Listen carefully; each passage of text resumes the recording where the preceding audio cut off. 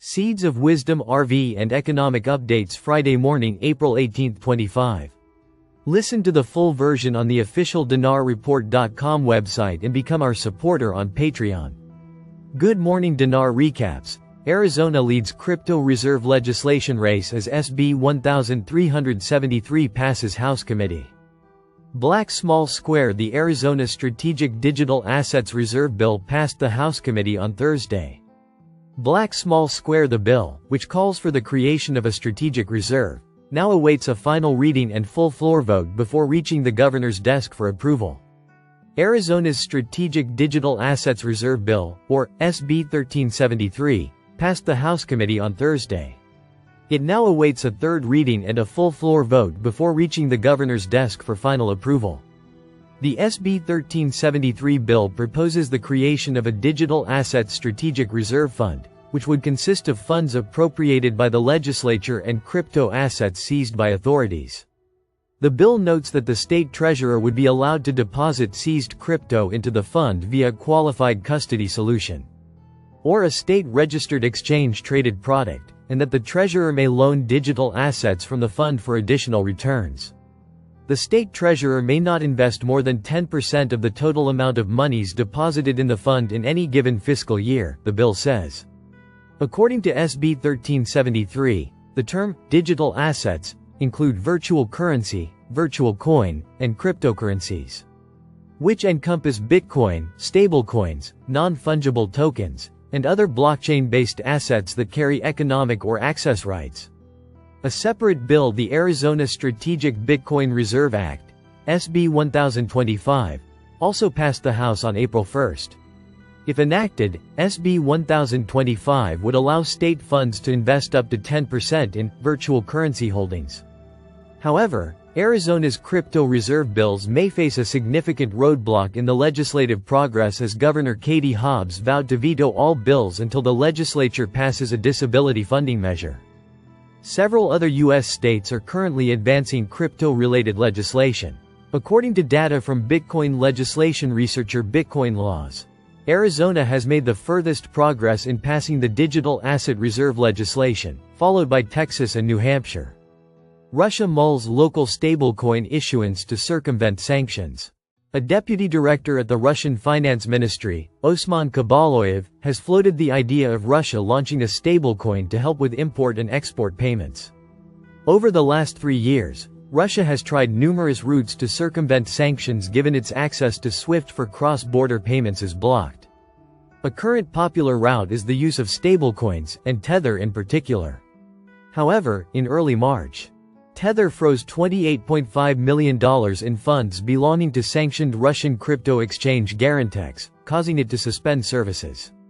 That blocking that recently happened makes us think that we need to look at creating internal instruments like USDT, possibly tied to other currencies, like they do in the Emirates, a stablecoin for the dirham, and in many other countries, Kabaloyev said at a conference of the Association of Russian Banks, according to Reuters.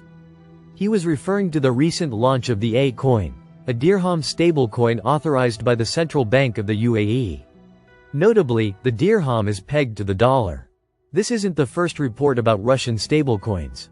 Last August there were reports of plans to issue a stablecoin in the Chinese yuan as well as a BRICS basket.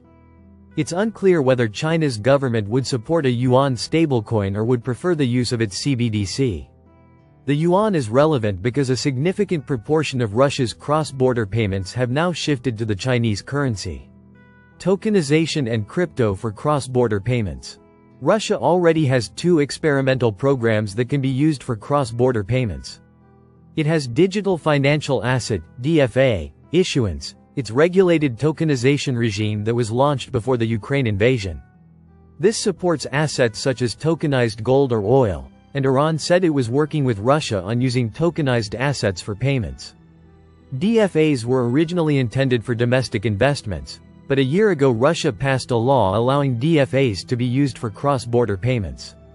Around the same time, local ratings agency ACRA highlighted frictions for foreign DFA holders because they'd have to onboard with Russian banks. Russia's central bank is not a big fan of cryptocurrencies, and initially resisted their use for cross-border payments.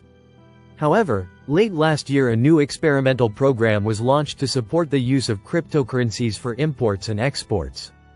Mr. Kabov also mentioned proposals the central bank SU bloated for crypto trading.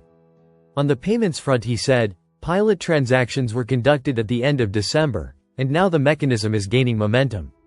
Therefore, we hope that we will only strengthen and expand this area. At the same time, Russia is working on a digital ruble central bank digital currency, CBDC, and there's been much talk of a BRICS bridge. That's a planned cross-border CBDC payment system for local currency payments amongst the 10 BRICS member states. Russian senator anticipates creation of BRICS plus, dozens of nations potentially involved. Deputy Speaker of the Federation Council Konstantin Kosachev revealed that several countries are set to join the BRICS Plus initiative, aiming to include the maximum number of participants. The Russian senator emphasized that this geopolitical group would facilitate direct interaction with dozens of countries outside the bloc. Deputy Speaker of the Federation Council Konstantin Kosachev revealed that several countries are set to join the BRICS Plus initiative, aiming to include the maximum number of participants. The Russian senator emphasized that this geopolitical group would facilitate direct interaction with dozens of countries outside the bloc. Russian senator reveals future creation of BRICS plus geopolitical group. The BRICS alternative bloc, composed of Brazil, Russia, India, China, South Africa, Egypt, Ethiopia, Indonesia, Iran, and the United Arab Emirates, is now seeking to expand its reach and influence to other countries through BRICS+. Konstantin Kosachev, a Russian senator of the Federation Council, said the bloc will deploy this new initiative to put dozens of allied countries in direct contact with the organization. Kosachev stated, "This will not be a closed association for BRICS countries and partners, but rather a broader platform aimed at including the maximum number of participants." The Russian senator noted that several nations, including China, Iran, the United Arab Emirates, Ethiopia, South Africa, and Brazil, the current president of BRICS, had expressed their support for the BRICS Plus initiative.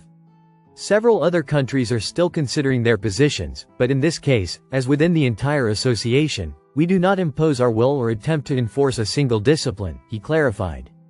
The idea would be discussed during the next parliamentary forum in June, where representatives of the member states and allied nations will be present. We hope to reach some decisions to formalize this initiative on the platform of the Inter-Parliamentary Union during the Autumn Assembly, Kosachev concluded.